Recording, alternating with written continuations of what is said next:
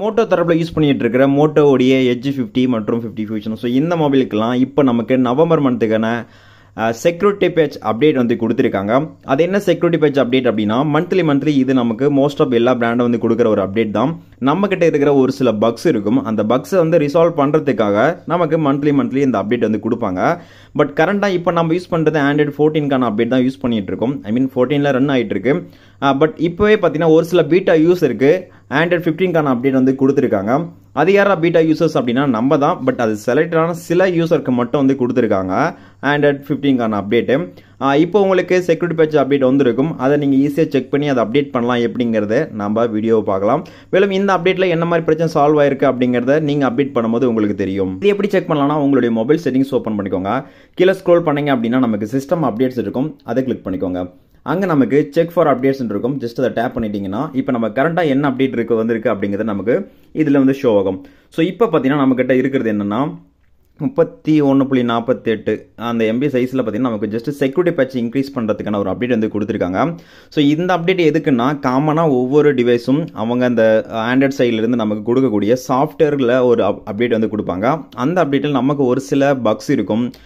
Battery ட்ரைனாக இருக்கிறதும் சரி, இல்லை ஹீட்டிங் இஷ்யூவாக இருக்குல்ல, கேமராவில் இல்லை மைக்கில். ஸோ இந்த மாதிரி இஷ்யூலாம் நமக்கு சால்வ் பண்ணுறதுக்காக மந்த்லி கொடுக்கக்கூடிய அப்டேட்டில் நமக்கு வந்து சால்வ் ஆகும். இன்னுமே ஒரு சிலருக்கு பேட்டரி நம்ம வந்து சார்ஜ் பண்ணும்போதும் சில நேரங்களில் ரொம்ப ஹீட் ஆகுது, பேட்டரி ட்ரைன் பிரச்சனையும் இருக்குது. நிறைய பேர் எனக்கு சூப்பராக இருக்குன்னாங்க, நிறையா சூப்பராக தான் இருக்குது. ஆனாலும் சில டிவைஸ்க்கெலாம் பார்த்தீங்கன்னா பேட்டரி ட்ரைன் பிரச்சனை இருக்குது. இந்த மாதிரி டிவைஸ்க்கெல்லாம் இந்த மந்த்லி கொடுக்கக்கூடிய அப்டேட் நமக்கு கண்டிப்பாக ரிசால்வ் பண்ணுவாங்க.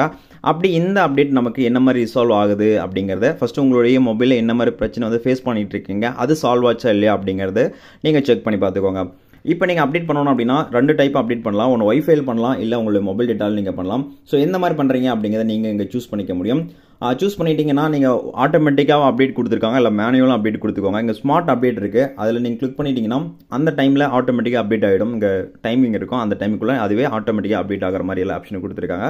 இல்லை நான் மேனுவலே பண்ணிக்கிறேன் அப்படின்னாலும் சரி, நீங்கள் மேனுவலாக தாராளமாக பண்ணிக்கலாம். ஸோ இப்போ நீங்கள் அப்டேட் அப்படின்னு கொடுக்கும்போது கீழே பார்த்தீங்கன்னா யூஸ் மொபைல் டேட்டா, ஒய்ஃபை இருக்குது. நான் யூஸ் மொபைல் டேட்டா அப்படிங்கிறது கொடுக்குறேன். நமக்கு பார்த்தீங்கன்னா 3 ஸ்டெப் அப்படிங்கிற மாதிரி இருக்குது. அப்ளை அப்டேட் அப்படிங்கிற மாதிரி போயிட்டுருக்கு. ஸோ நான் இதை முடிச்சுட்டு நான் உங்களுக்கு இதை வீடியோ ஷோ பண்ணுறேன். ஓகே, இப்போ பார்த்தீங்கன்னா நம்ம அப்டேட் பண்ணியாச்சு. உங்களுக்கு ஒரு 6 ஸ்டெப் இருக்கும், கொஞ்சமாக அப்டேட் ஆகிட்டே இருக்கும். எகைன் நீங்கள் அப்டேட் பண்ணிட்டப்பறம் உங்கள் மொபைலை நீங்கள் சுவிச் ஆஃப் பண்ணுற மாதிரி இருக்கும். அதை ரீஸ்டார்ட் அதையும் ஆல்ரெடி கேட்கும். நீங்கள் வந்து கொடுத்துட்டீங்கன்னா போதும், உங்கள் மொபைல் சுவிச் ஆஃப் ஆகிட்டு எகைன் ஆன் ஆகும். அந்த டைம் வரைக்கும் நீங்கள் வெயிட் பண்ணுற மாதிரி இருக்கும். ஸோ ஃபைனலாக நம்ம அப்டேட் பண்ணியாச்சு. அப்டேட் பண்ணிட்ட அப்புறம் உங்கள் மொபைலை நீங்கள் யூஸ் பண்ணி பாருங்கள். ஏன்னா உங்களுக்கு என்ன மாதிரி பிரச்சனை, ஏன்னா எல்லாருக்கும் ஒரே மாதிரி பிரச்சனை இருக்காது. எனக்குலாம் லாஸ்ட் டைம் ஸ்க்ரீன்ஷாட் சரியாக எடுக்க முடியாமல் இருந்துச்சு. ஆனால் அந்த லாஸ்ட் மந்த்ல எனக்கு அப்டேட் பண்ணும்போது அது வந்து சரியாயிடுச்சு.